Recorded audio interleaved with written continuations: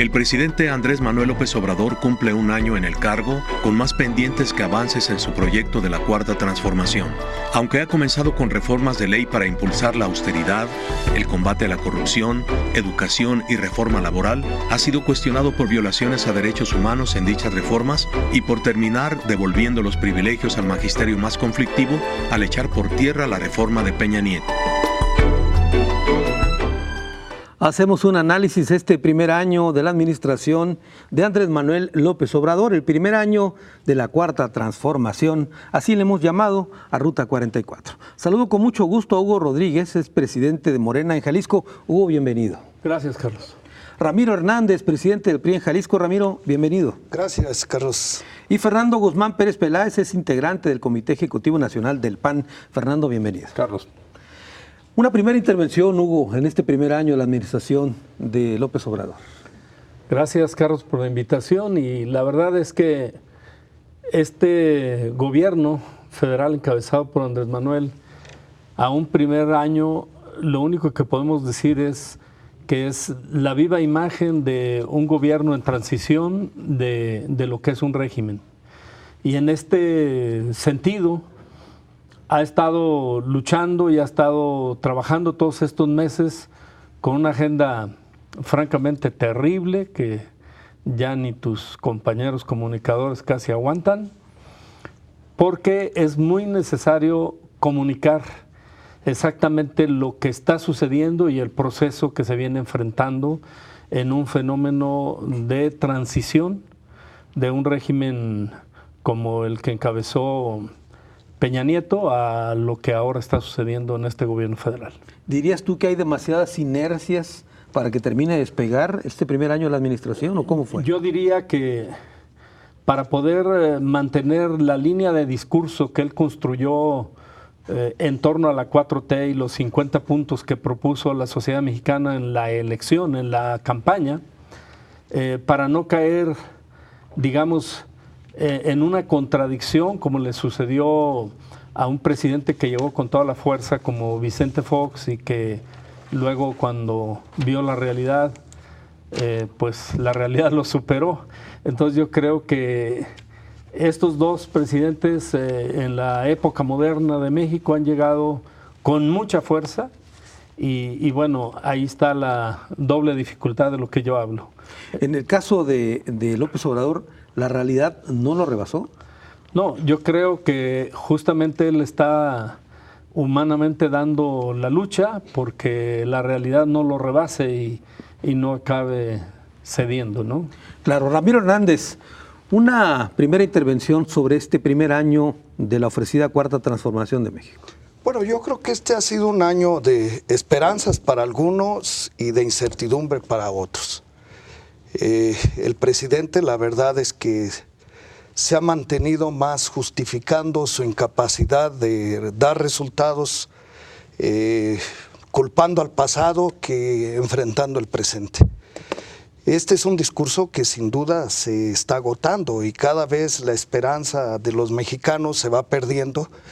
Y creo que esa es la gran lucha en la que el presidente estará inmerso, no solamente en lo que va de este año, sino en lo que viene en la administración. Porque efectivamente planteó una serie de propuestas de transformación del país que en los hechos generaron una enorme incertidumbre. Creo que lo primero que provocó pérdida de confianza y de generación de certeza fue la decisión con relación al aeropuerto. Me parece que esa es una de las decisiones que va a cargar por todo el sexenio, porque fue determinante sobre todo para la confianza a la inversión. Y si tú construyes una perspectiva de esperanza para cambiar y mejorar las condiciones de vida de los mexicanos, lo primero que necesitas construir es un ambiente que permita la armonía y la participación de todos los mexicanos.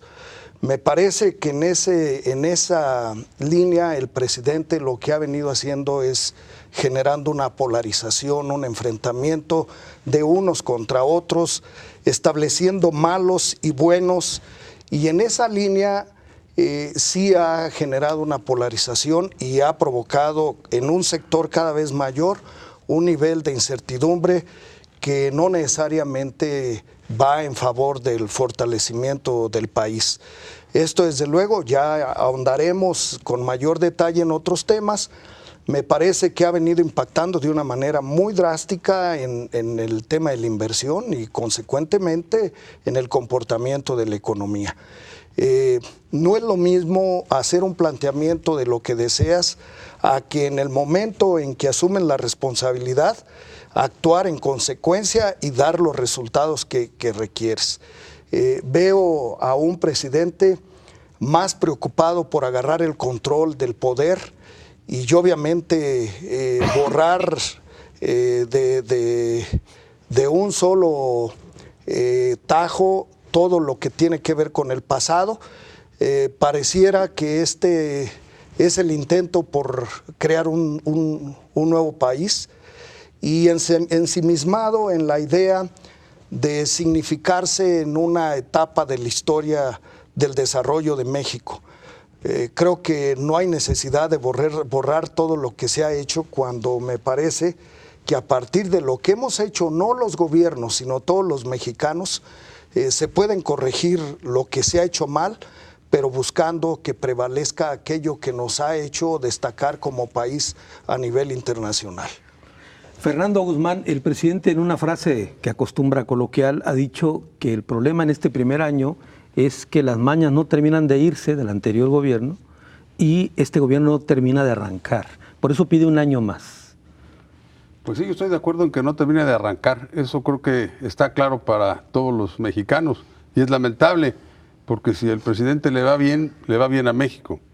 Yo creo que llega con 18 años de un trabajo para llegar a la presidencia, con un gran entusiasmo, con una pasión, y al momento en que llega, quizás se olvida que es el presidente de todos los mexicanos y convoca todos los días a la discordia, confronta, en lugar de llamar a la unidad.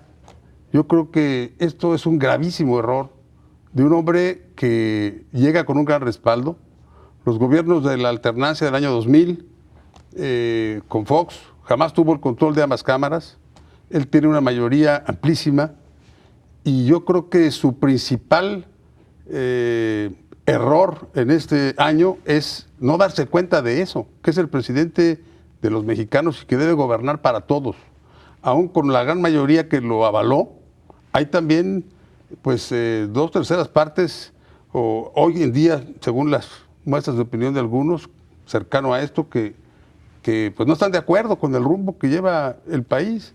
Y yo creo que debe, con esa experiencia que ha acumulado, poca gente conoce el país como él, lo ha recorrido plenamente, conoce las necesidades del país, sus circunstancias, sus dificultades, sus retos, los agravios que ha sufrido nuestro México, la necesidad de combatir la pobreza, de terminar la inequidad, pero sus programas no apuntan en esa dirección. Yo creo que en este primer año de gobierno, que si me apuras un poco, yo no diría que es un año, porque a partir del 2 de julio ya empezó a gobernar. Y hubo, por las razones que sea, la voluntad de facilitarle el tránsito en todos los aspectos, desde el presupuesto y decisiones que ya empezaba él a tomar. Y hemos perdido tiempo. Y hoy tenemos una economía que se hablaba de un crecimiento pronosticado por él del 4%, que después se dijo que iba a ser del 3, del 2, del 1 y terminó en el 0. Tenemos problemas de salud gravísimos, en donde no hay abastecimiento de medicamentos en los hospitales, a pesar de que él haya recorrido pues 80 hospitales. A eso dedicó buena parte del tiempo de este año. Y qué bueno, pero hay que encontrar la solución. Y tenemos un problema de violencia e inseguridad para el cual, ya abundaremos en el programa, parece ser que no hay una estrategia por delante que nos permita avisorar que se va a resolver. ¿Tú coincides con Ramiro en el sentido de que el presidente no ha favorecido la concordia cuando llama adversarios a quienes no piensan con él o a los neoliberales? Se supone que es el presidente de todos, incluyendo los neoliberales, ¿no? De todos. Yo creo que precisamente al hablar de una cuarta 4T, pues no hay que repetir la historia. Tuvimos un movimiento de independencia, la primera transformación, que duró 11 años, la lucha de independencia más larga del mundo, que destruyó la infraestructura nacional, tuvimos una guerra de reforma, tuvimos una guerra de revolución que le costó al país 1 millón de muertos cuando el país tenía 11 millones de habitantes. Bueno, necesitamos llamar a la concordia, necesitamos que el presidente vea que hay distintas maneras de pensar. Por supuesto, él tiene su programa, pues por eso ganó, pero no hay nadie que tenga la llave de la verdad ni el monopolio de las soluciones, como él parece proclamarlo todos los días. Hugo, esto no le hace bien a México. Hugo, ¿quieres comentar algo de los apuntes de esto antes de ir a la pausa? Sí, mucho de lo que se comenta en el arranque de este gobierno es cierto, hay que reconocerlo. El problema es el trasfondo de lo que se está enfrentando. Si bien es cierto, el propio gobierno anterior facilitó cosas, fue en la parte administrativa. Y como yo lo he dicho en alguna otra ocasión que se ha discutido en estas mesas de debate, mucho del mexicano de a pie tiene claro que en lo que fueran Los Pinos, porque él ya no quiso ni estar ahí, es evidente que Los Pinos era parte del problema de todo en este país. Era parte del problema del narcotráfico, para hablar con propiedad, era parte del problema grave de la organización de los grupos criminales, y eso era evidente, ya era del dominio público, ahora sí que hasta por cualquier joven de preparatoria. Aquí el tema es que desde el arranque lo que se marcó claramente es que cuando menos Los Pinos ya no iban, la presidencia de la República ya no iba a ser parte del problema, iba a ser parte de la solución. Y es debatible por personas bien intencionadas, que con mucha capacidad, es debatible todo lo que se comentó en este momento, lo del aeropuerto. Pero algo que está todavía en esta semana transcurriendo, ¿te acuerdas una discusión que también tuvimos? Joseph Stiglitz establece claramente este Premio Nobel de Economía, establece claramente, solo los políticos manejamos el PIB como indicador. Es claro que ya no es el indicador de eso, del desarrollo, es lo que cuenta. El indicador de si crece o no la economía, que generalmente solo favorece a los ricos, no es lo mismo que el desarrollo. Todos los economistas ya saben que eso no es cierto. Claro. Y se insiste porque pues, es una propaganda que sí construye. Muy bien, tengo que hacer una primera pausa, regreso con más de este tema.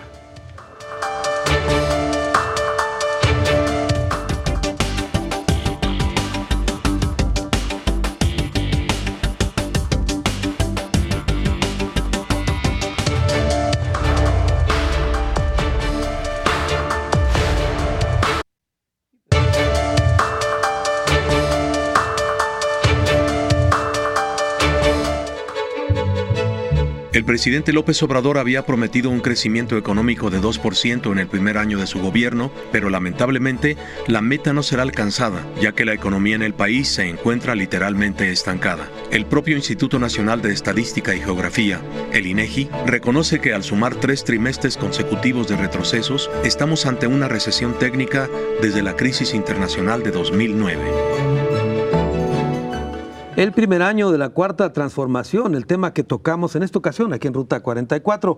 Hugo Rodríguez, ¿qué enumerarías en este primer año de avances, en este compromiso de López Obrador y en su primer año de gobierno? Bueno, más que una numeralia que al fin de cuentas no dice nada en una mesa de debate como esta, en esta mesa de análisis como esta, es puntualizar esto que yo comentaba al último. Todos los economistas profesionales saben perfectamente que la construcción del discurso de que no hay crecimiento de acuerdo al PIB y a todo eso se debe de analizar científicamente. Y científicamente está demostrado que eso no tiene nada que ver con el desarrollo. Y en la parte del desarrollo es en lo que el presidente sí va bien. Están sentando las bases en todas las rutas, en todos los vectores de orientación que van a traer el desarrollo que se está buscando y ya lo están produciendo, que son los programas sociales y la nueva reprogramación de la política, por decir algo, de los energéticos, etcétera. Entonces, más que una numeralia que al fin de cuentas no deja nada, lo único que podríamos decir es que el presidente de la República de una y otra manera ha estado cumpliendo su palabra. Y al estar cumpliendo su palabra en esta ruta, está de alguna manera haciendo la construcción de un desarrollo social en el cual la gente no pierda la fe en lo que es la cuarta transformación. Y dicho sea de paso, por las cosas que se puedan dar, evidentemente hay una cuarta parte de la población que no es no morenista o algo así, no. Hay una cuarta parte de la población que es anti-López Obradorista. Y esa va a estar ahí todo el sexenio. Y con eso vamos a trabajar los 6 años, los 5 años, y que restan de esta administración. Y en realidad, cuando menos la gente de Morena tiene claro que así va a ser.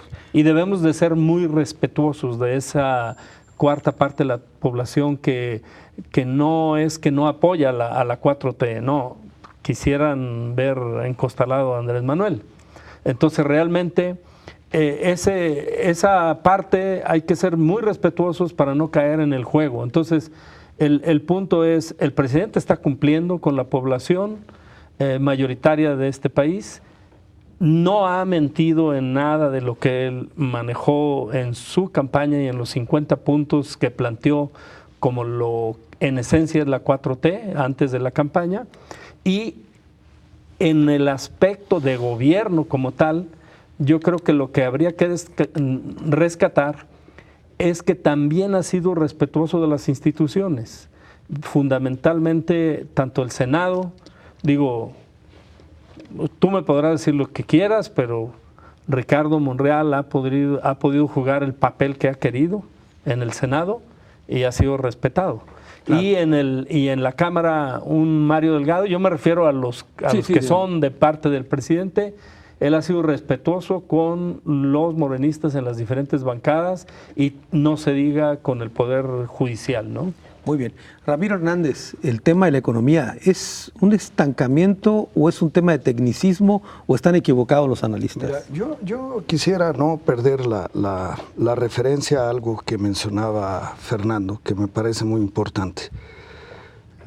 Creo que vale la pena que no perdamos de vista los costos que ha pagado este país en las 3 etapas posteriores, para no correr el riesgo de incurrir en un costo de la cuarta transformación, que pueda provocar la cuarta transformación. O sea, hay un costo en la independencia, hay un costo en la reforma y hay un costo altísimo en la revolución.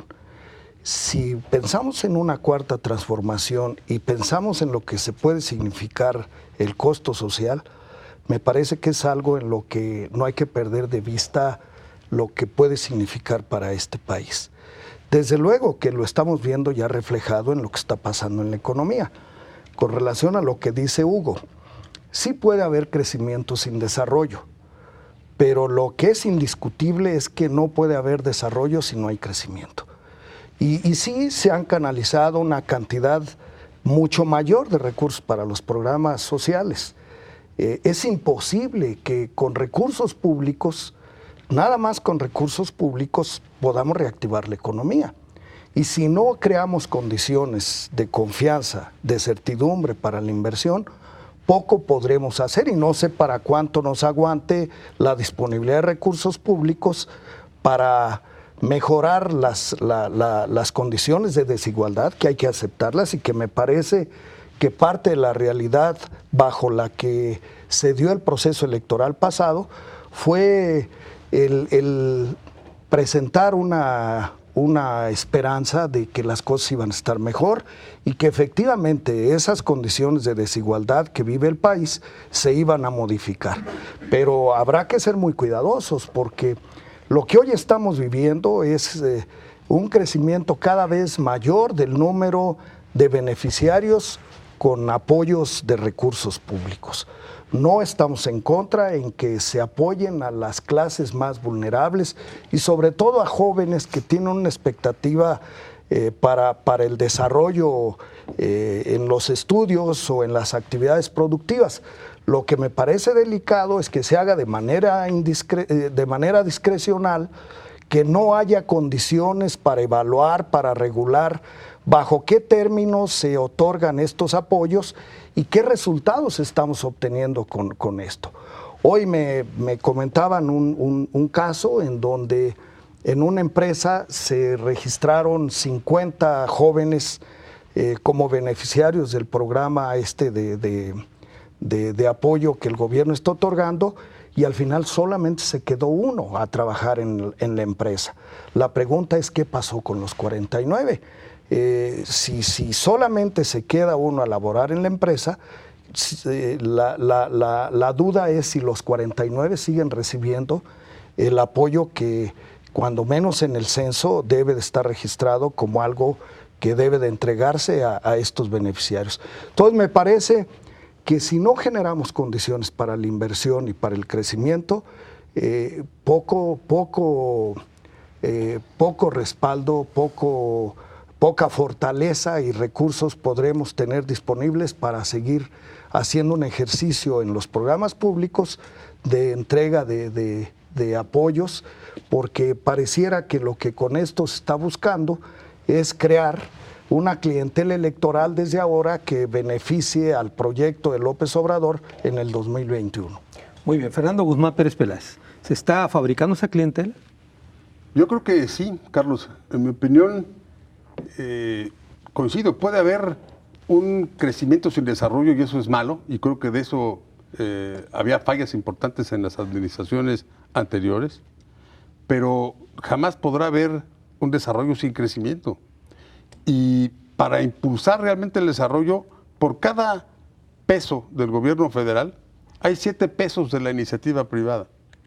Y esta confianza que precisamente se da cuando hay una armonía, un orden público, una seguridad jurídica, permite el crecimiento, y las políticas públicas pueden ayudar para que no nada más sea crecimiento, sino que sea desarrollo. Yo creo que en este primer año perdimos un impulso que nos vamos a arrepentir, ya nos estamos arrepintiendo. Ya lo ha dicho Ramiro, el tema del aeropuerto, mal que bien, sea como fuere, había ya un aeropuerto que tenía el 34% construido, que era de un nivel de competitividad internacional, que permitiría impulsar el turismo, que para México es una fuerza y una potencia que nos daría enormes oportunidades, que implicarían también desarrollo y alternativas para la gente. Justamente esta semana acaba de salir el último dictamen de una instancia, una empresa francesa que ve los flujos de los vuelos, y lo estaba yo viendo, se acaba de dar a conocer que para operar Santa Lucía van a tener que meterse nuevas tecnologías con un costo adicional para poder distribuir los vuelos porque entran en conflicto. Esto ya se había dicho y ahora nuevamente pues está saliendo con toda contundencia.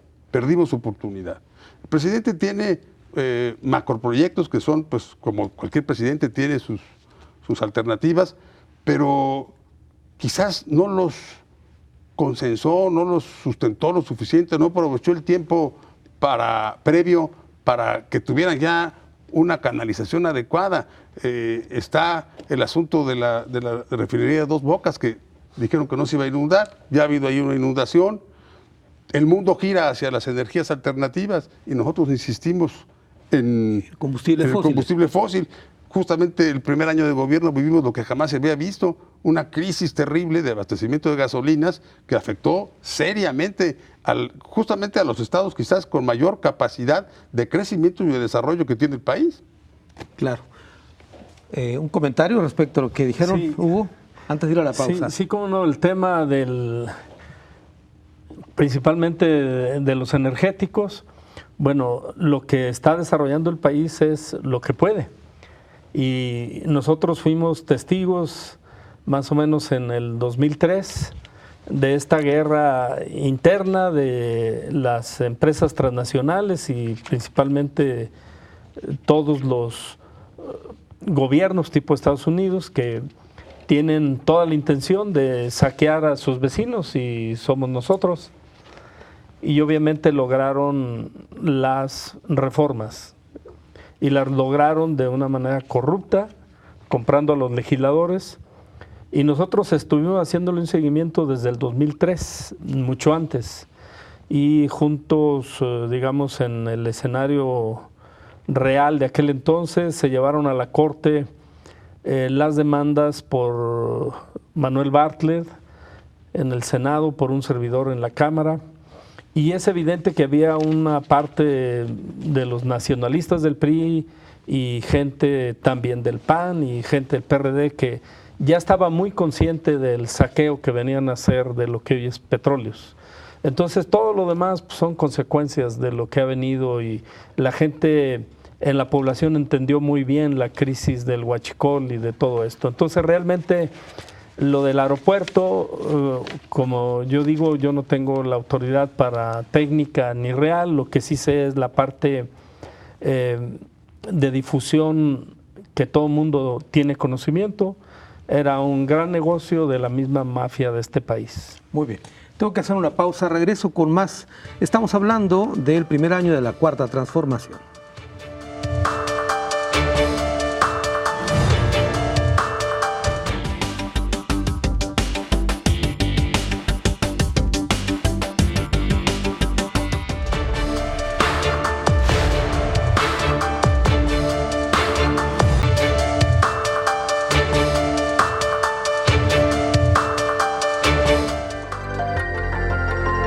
Signo de su gobierno, el presidente Andrés Manuel López Obrador ha cumplido con su definición de que la mejor política exterior es la interior, y en su primer año de gobierno no ha realizado ningún viaje al extranjero. Esto contrasta con los 15 viajes que realizó en el primer año el entonces presidente Vicente Fox, los 9 que efectuó Felipe Calderón y los 19 de Enrique Peña Nieto. López Obrador sostiene que confía plenamente en su canciller Marcelo Ebrard para atender los asuntos internacionales. El primer año de la Cuarta Transformación, el tema que tocamos en esta ocasión aquí en Ruta 44, veíamos este asunto de la política exterior del presidente. Hay Hugo Rodríguez quienes han también cuestionado al presidente, por ejemplo, en esto de la política exterior, de haber recibido a Evo Morales, por ejemplo. Sí. Bueno, es evidentemente una lucha ideológica en Latinoamérica, no tanto en este país, no tanto en México. Y Evo Morales representa, al igual que todos los gobernantes latinos, representa un altibajos de lo que es la condición humana, con errores, pero evidentemente siempre será esta corriente de Evo en Bolivia una corriente que ha defendido al pueblo, a la clase que realmente ha sido explotada por toda la vida. Cuando tú ves las acciones que sube Tesla cuando quitan a Evo Morales por los yacimientos de litio, es evidente que estoy seguro que México hizo lo correcto. Muy bien, y en el tema de migración, por ejemplo. El tema de migración fue un primer año donde ese tema estuvo muy presente, ¿no? Mucho es la parte histórica de este país, donde muy cerca de Dios y la Virgen, y muy cerca, muy lejos de Dios y la Virgen, y muy cerca de los Estados Unidos. Uh-huh. Entonces, mucho de lo que ha estado desarrollando esta administración no es tanto lo que quiere, sino lo que puede, uh-huh, como le ha sucedido a todas las administraciones casi a lo largo de la historia, cuando menos desde la Revolución hasta ahorita. Sin entrar en numerales, como tú mismo dijiste, ¿cuáles serían, a grosso modo, los grandes rasgos que tú hablas o dirías tú que hay que reconocer en este primer año a López Obrador? No, la primera es el cumplimiento sistemático de todas las cosas que prometió. Definitivamente eso da un gran valor a un gobernante y lo sabe la ciudadanía, por eso a pesar de la guerra blanda y a pesar de la reorganización de estas fuerzas que vieron afectados sus intereses, a pesar de todo y que siguen controlando principalmente el capital y obviamente los medios de comunicación nacionales, ellos definitivamente se han reorganizado. Y lo vemos de manera doméstica. Nosotros sabemos de dónde salen todos los ataques a López Obrador y los memes, de un estudio que hay adentro en la Universidad Autónoma de Guadalajara. Entonces se están reorganizando. Es la guerra blanda, estamos conscientes de todo lo que pasa, pero nosotros siempre vamos a ser muy respetuosos, ¿no? Para esto reciben apoyo económico hasta del exterior. Y estamos hablando de algo local. Obviamente, imagínate lo nacional. Yo nomás espero que todas las pronósticos, como dice el ingeniero Ramiro, yo hago votos porque todos los pronósticos de las calamidades no sean ciertas y realmente le permitan trabajar al presidente Andrés Manuel. Ramiro, ¿es positivo que un presidente tenga tanto poder ya en los términos reales? Controla la Cámara, tiene mayoría, para no decir control. Bueno, la Cámara, el Senado. Sería positivo cuando hay un proyecto que incluye, que propone una opción, una posibilidad de participación amplia y que ofrece una expectativa de oportunidades para todos. Cuando hay un esquema de polarización como este, sin duda se convierte en un enorme riesgo, porque entonces pareciera que esta fuera una contienda interminable. Y lo que estamos viviendo en México es justamente una contienda interminable.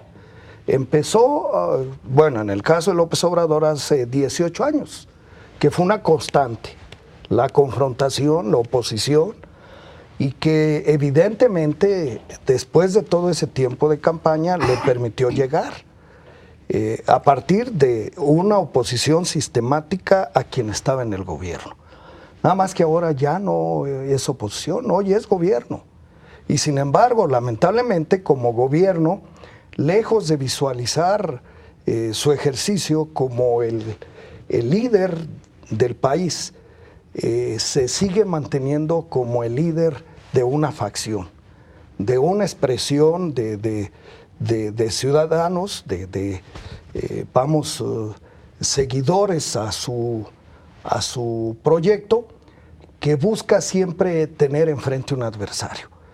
Y sí, estamos de acuerdo en muchos de los planteamientos que él ha hecho. Yo creo que nadie estará en desacuerdo en el combate a la corrupción, o en que se eliminen todos los privilegios, o en que se haga un buen ejercicio de los recursos públicos. Desde luego que en eso creo que no sé si alguien esté en desacuerdo, cuando menos yo no, pero en cada oportunidad que surge es una referencia a los adversarios, al pasado. Creo que más que suficiente ha sido lo que las condiciones del pasado que provocaron precisamente un nivel de malestar que le permitió el arribo al poder. Y creo que hoy no necesitamos que a cada momento nos siga refiriendo que es consecuencia del pasado, cuando lo que nosotros necesitamos es una respuesta de quien está al frente del gobierno. Esta explicación de que es consecuencia del pasado también lo aplica para el tema de la inseguridad que vive México. Para todo. Y a mí me parece que lo más delicado es que le demos reversa a cosas que parecía que íbamos avanzando y que se han convertido en un retroceso. Yo puedo asegurar que muchas de las cuestiones que se hicieron y que ahora se borraron, las va a retomar después, nada más que la condición es que ahora él quiere que lo que se haga bien sea a partir de lo que él hace y no a partir de lo que se hizo antes. Y se pierde de vista que este país no lo inventamos cada 6 años. Si no le damos continuidad al esfuerzo que todos los mexicanos hacemos todos los días, vamos a pagar las consecuencias. Yo lamento mucho, yo tengo muchos años en esto y me recuerda mucho en el estilo a la época de Echeverría. Nada más que a diferencia de entonces, han transcurrido ya muchos años. Esta es una nueva realidad y pensar en resolver los problemas de hoy con las recetas del pasado, incluso hasta con algunos funcionarios de entonces, me parece que es incurrir en un enorme riesgo. Fernando Guzmán, el tema de la inseguridad, por ejemplo, ¿es la fórmula correcta, esta de no ir a la confrontación, etcétera, etcétera? Mira, sin duda tienen que buscarse nuevas fórmulas. Eso creo que es incuestionable. Ha habido un fracaso en la política pública en materia de seguridad, así es. Sin embargo, resulta más que evidente que pues el guácala y fuchi o el llámenle a su mamá para regañarlos no es una forma sensata de poder combatir la delincuencia y el narcotráfico. No es posible que lleguen grupos vandálicos a destruir monumentos de la ciudad, a afectarlos, embosados, con violencia, y que no haya un orden y un respeto. Eso no puede ser.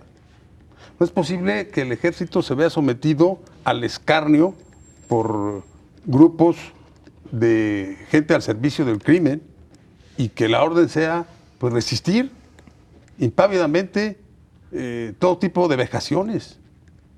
Esto en ningún lugar del mundo un ejército puede ser sometido a esto.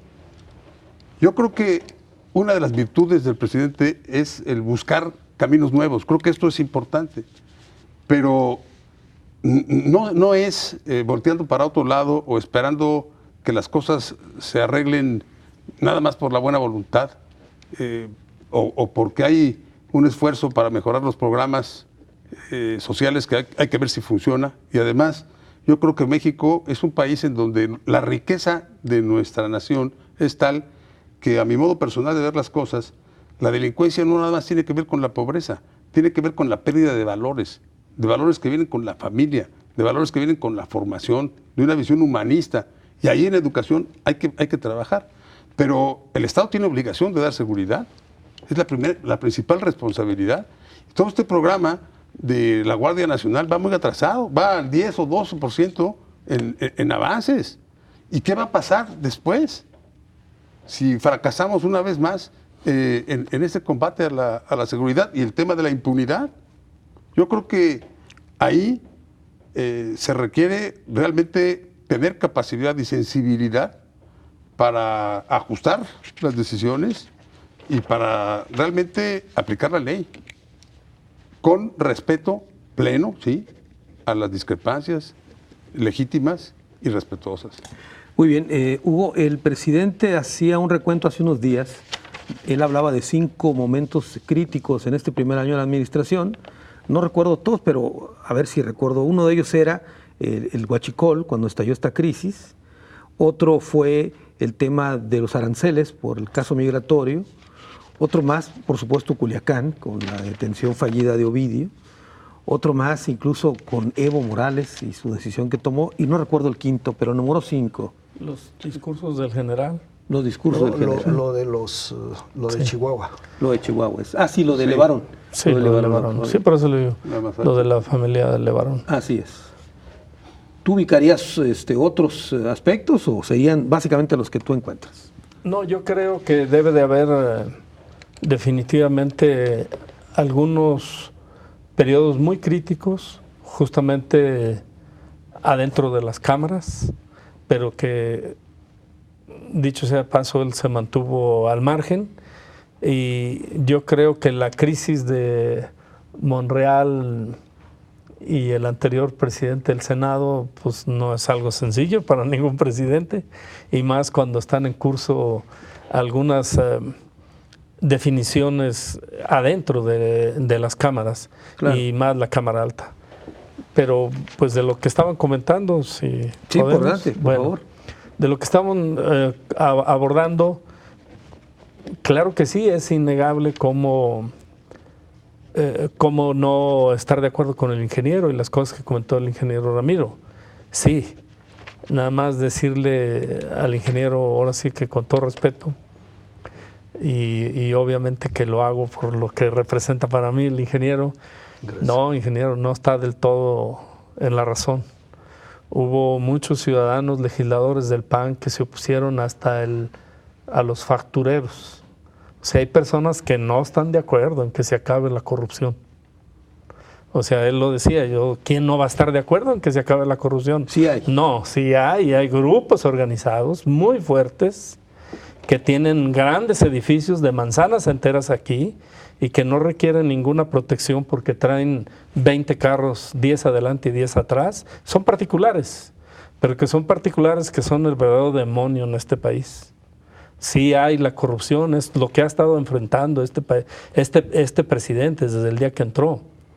Sí hay gente que quiere que persista la corrupción y obviamente sí hay gente que está opuesta a que desarrolle lo que puede desarrollar el país, claro, que son la industria petrolera, para recuperar lo que se pueda, porque no somos Suecia para esperar la nueva energía y claro, ser una potencia, ¿no? Muy bien, tengo que hacer otra pausa, es la última, regreso a las conclusiones del programa.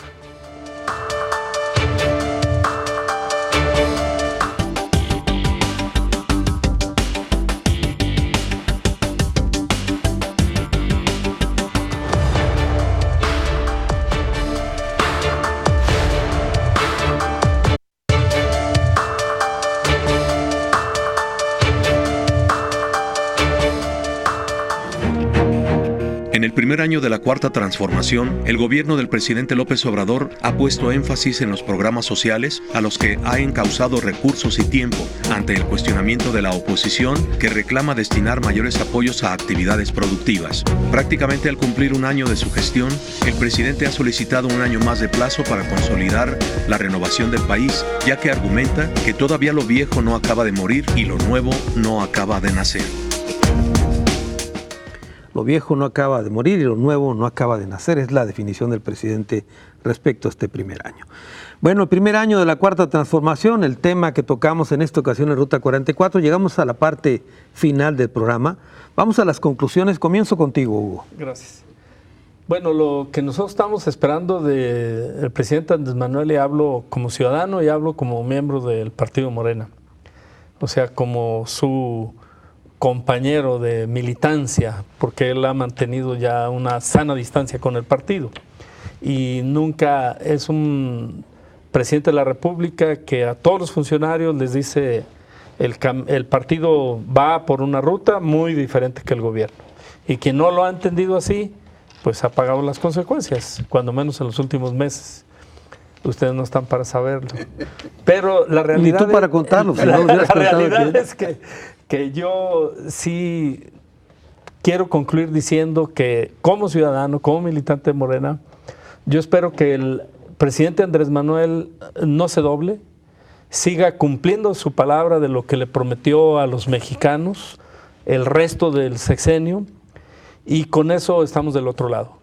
Porque en la medida que ellos puedan avanzar con este programa que está perfectamente diseñado, podríamos tener la posibilidad de llevar a los 2 o 3 sexenios que requiere este país para medianamente reparar un poquito de lo que dejó este periodo del libre mercado. Que dicho sea de paso, estamos muy claros que el propio personaje Joseph Stiglitz, que yo mencioné, ahora ya presentó un libro diciendo el malestar en la economía, el último libro, el malestar en la globalización, donde dice me equivoqué. O sea, no lo estoy diciendo yo, lo está diciendo el propio creador de esta cosa que se llama neoliberalismo, que como lo han dicho los expertos, ni es neo ni es liberal, ni es nuevo ni es liberal. Es una manera de defender los grupos de interés, sus intereses. Y en el tema concreto que como ciudadano yo quisiera pedirle a Andrés Manuel es que a nivel global, en todos los estados del país, se está generando una guerra y una campaña contra su gobierno, es evidente, nosotros lo vemos. Lo que tendríamos que estar haciendo es concientizar qué le toca a quién. Porque en todos los temas que aquí mencionamos, si hablamos de la seguridad, sí, claro, lo del fuchi, lo de eso está muy bien. Es criticable y estamos de acuerdo, que no que a lo mejor eso no es lo correcto. Sí, pero lo que no es correcto es que les pongan una mesa llena de dólares y suelten al Chapo. Eso no es correcto. Entonces ha habido errores, ha habido muchas cosas como las que pasaron en Culiacán, pero no son el trasfondo de los que fuimos, por ejemplo, alcaldes, de saber cómo estaba el país en todos los lugares y cuál fue la razón por la que fuimos perdiendo el control de la seguridad pública desde los municipios. Nosotros lo sabemos, y lo sabemos por lo que dije al inicio. Los Pinos era parte del problema, no era parte de la solución. Entonces ahorita nosotros le decimos al presidente, los 5 años que le restan de su gobierno, nosotros esperamos que él sea parte de la solución, con todos los errores que haya, que deseamos que sean los menos, pero que el presidente y este gobierno federal sepan los ya 110, 120 millones de mexicanos que seremos en el último censo seguramente, sepan que este presidente es parte de la solución en seguridad, en desarrollo social, en la economía y en algo que ha sido el lastre para este país. En la corrupción, él es parte de la solución, no parte del problema. Muy bien. Ramiro Hernández, tus conclusiones. Yo creo que un año de 6 es poco. Y me parece que lo menos que debe de existir en este momento aún es la esperanza. Y nos conviene que así sea y que las cosas mejoren. No ha habido en los últimos tiempos un presidente con tanto poder como López Obrador. Es un presidente absolutista que efectivamente ha venido haciendo una serie de reformas que le han permitido reconcentrar no solamente el poder político, el poder de mando, sino también el control de los recursos presupuestales. Si con todo y eso no es capaz de avanzar de una manera rápida, me parece que nuestro futuro es delicado. Yo creo que no se puede gobernar en base a vaciladas. Y a veces da la impresión en todas las mañaneras que es una vacilada tras otra. Esa improvisación nos llena de mucha preocupación, porque el ejercicio público no es un asunto de improvisados, ni tampoco de ocurrencias. Creo que a todos nos lastimó el que un tema tan delicado como es la seguridad se pueda abordar con expresiones como las de fuchi y guácala, ni siquiera imaginables en un jefe de Estado. Y sin embargo, bueno, surgen del líder más importante de este país, que sigue teniendo el respaldo mayoritario de los mexicanos. Y obviamente sí ha tenido problemas muy difíciles. Tú mencionaste 5. De estos, cuando menos en 4, han sido provocados como consecuencia de acciones de gobierno. Creo que el presidente se mete en terrenos en donde después no sabe cómo salir. Y su camino más sencillo es culpar a los adversarios, que eso es muy simple, ¿no? Y obviamente los primeros adversarios que tiene a la mano son los medios de comunicación. Entonces creo que este tema es difícil en los momentos de un país que requiere de la unidad de todos los mexicanos. Yo creo que hoy los grandes temas de México requieren de la unidad, no de la división, no de la confrontación. Y creo que el problema no es solo que las cosas hayan estado mal, sino que las cosas cada vez estén peor, porque entonces lo más delicado es que salimos de Guatemala y entramos a Guatepeor. Fernando Guzmán. Carlos, creo que a todos los mexicanos nos gustaría ver una transformación para fortalecer las instituciones democráticas de México. Y lo que hemos visto este primer año no va en esa ruta. Mencionar la decisión de la Comisión de Derechos Humanos, que cuánto trabajo, cuántas luchas de todas las expresiones políticas, de todos los actores, cuántas víctimas, cuántos abusados sin opción de reclamo tuvieron que vivirse para crear esta institución.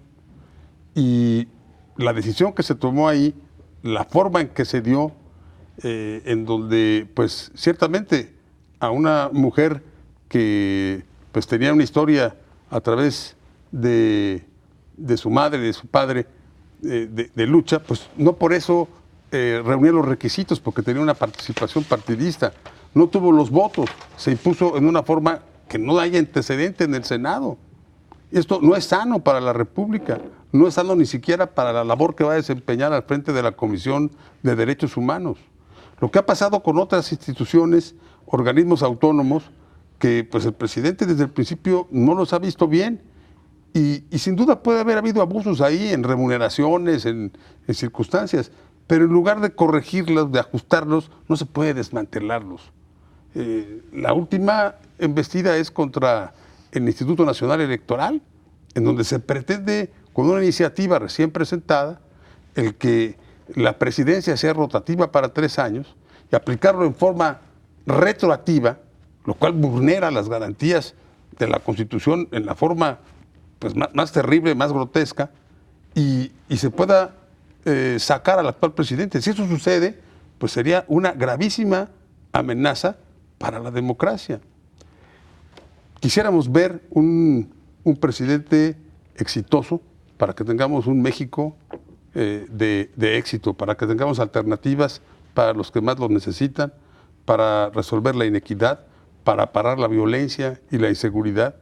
Un México que también en el ámbito internacional ocupe su espacio, porque tocaba hasta hace rato el tema de la política exterior, en donde el presidente no ha salido, y eso se presenta quizás, o él lo ve así, pues como un esfuerzo de ahorro público, o no sé qué expresión, pero México ocupa un lugar importante, es una voz en el contexto internacional. Si el presidente saliera cuando vino la embestida de los aranceles, hubiéramos tenido un respaldo mucho mayor de la comunidad internacional. Necesita también salir. El hecho de que haya dejado el avión presidencial, pues es una señal, es un símbolo, pero necesitamos un presidente que aproveche sus tiempos, no que vaya en un avión comercial y que ahí volando suceda lo que pasó en Culiacán y el presidente no se pudo comunicar. Claro. Entonces necesitamos un México con fortaleza de las instituciones para los grandes retos que tiene el país y que pues, los partidos y la sociedad civil pongan su parte. Fernando, muchas gracias. Ramiro, muchas gracias. Muchas gracias a ti, Carlos. Y muchas gracias, Hugo. Muchas si les gracias, parece, el presidente ha pedido 1 año de plazo. Nos vemos en 1 año aquí y revisamos de nuevo cómo marcha la administración. Con mucho gusto. Muy bien. Muchas gracias. Hasta la próxima.